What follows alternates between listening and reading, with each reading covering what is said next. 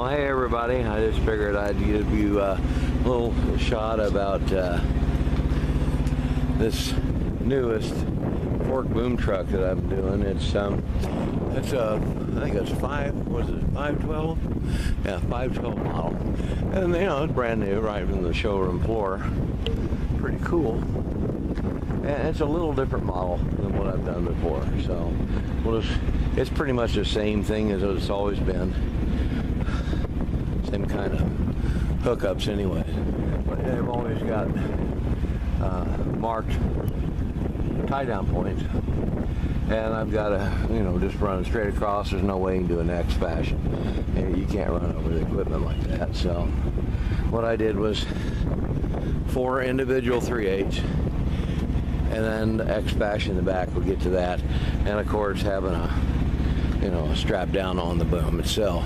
We got pretty close to the front, but yeah, they were a little shy. They were loading them left and right. I mean, they had a line of trucks, and they run so many, so much equipment out every day. It was just crazy. But each one of these wheels pivots, so they could do a pirouette on the trailer almost. But they got everything squared away. I wanted it up a little bit further. It was almost balanced. I would think I was on spread. I was 29 and close to 26 up there. So on thousandths of pounds when I did pay to scale it just to make sure, because this model I hadn't done, so I thought I'd shoot one of it, and I also scaled it. Run in a lot of rain, and I mean, but the only thing it did was it gave it a wash, because you could see there's still a lot of mud left over stuck in the tracks. It was muddy in Georgia. This was around Savannah, and not bad. I wouldn't say the loads are as high paying as maybe stuff has been in the past, but this is a good standard to work with. It'll get you where you go, and it's reasonable. So of course you can't say what it is, but still it's pretty neat. We went X fashion here, and I did the best to kind of offset the two so they wouldn't have chains touching or anything like that. And they're pretty close, but doing the best we can. And everything else seemed to be fine. It's a pretty neat unit. I looked at the customer, and they have a nice super long driveway up there in Milwaukee area, or greater Milwaukee area, and I'll have room to park there tonight. So I'm just going to go on in and get camped. That way I'm right there, ready to get in. I've only got 150, 175 miles to go, and I'm just south of Gary, Indiana. I wasn't going to go through Chicago, and the hours getting low. I just said hell with it.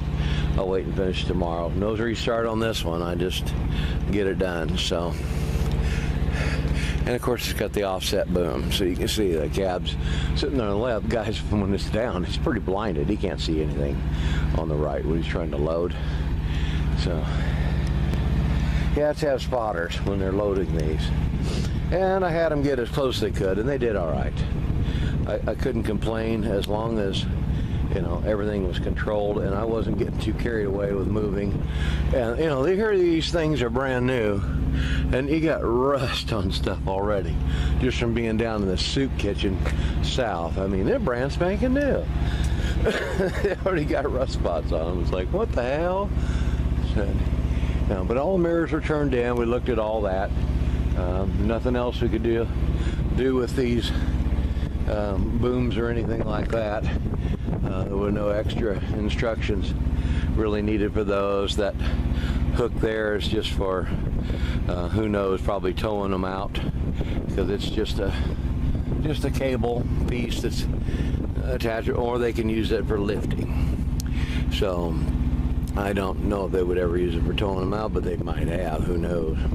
But I know it's definitely used for lifting. So it's not a super long video. It's a little bit different maybe than some of the others, but I wanted to get this one shot so you guys could see it. So everything should be good to go, and I wanted to show you this. This is crazy. I had a, get this out, try not to cut myself. I'll put this over here on the table, on the deck.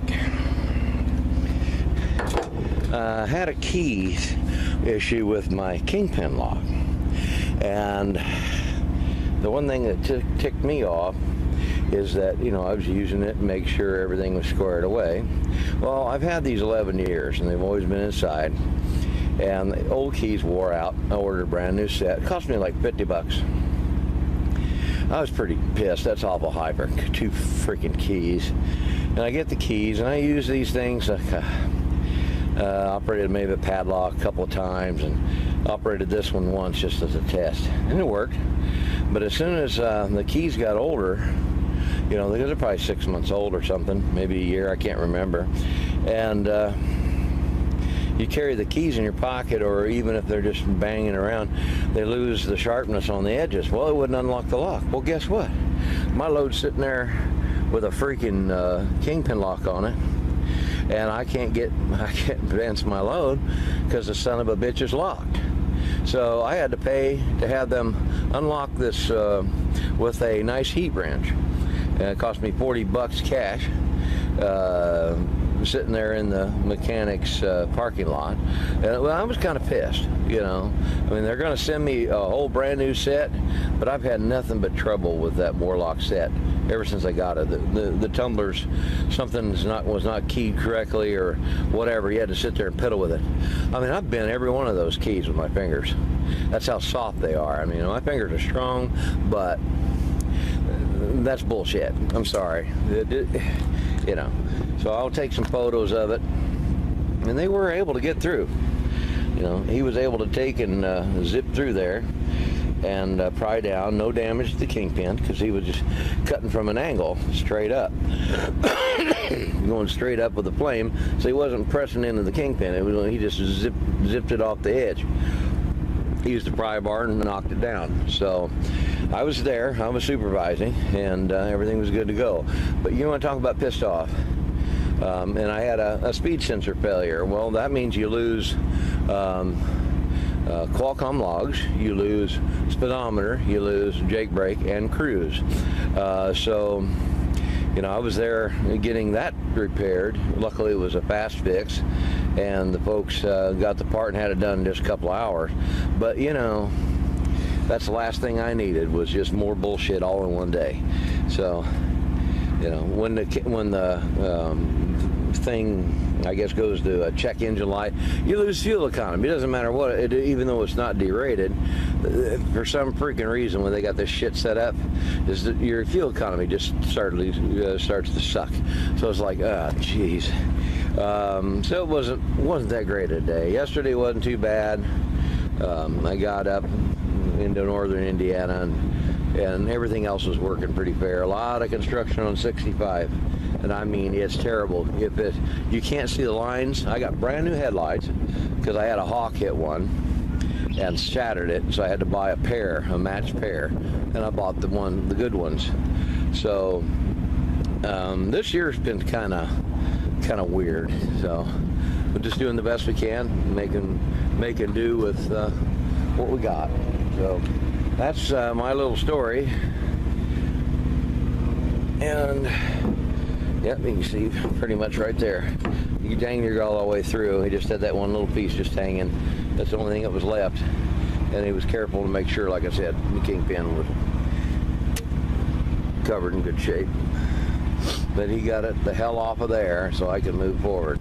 And he could not get that lock tumbler cut. He just couldn't cut it.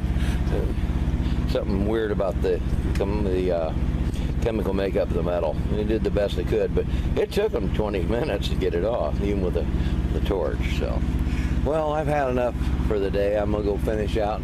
Hopefully, have a nice, peaceful day, and happy Mother's Day to all you mothers out there. And what the heck was it? Oh, I saw this sign that says, "Happy Mother's Day. Thanks for the womb and board."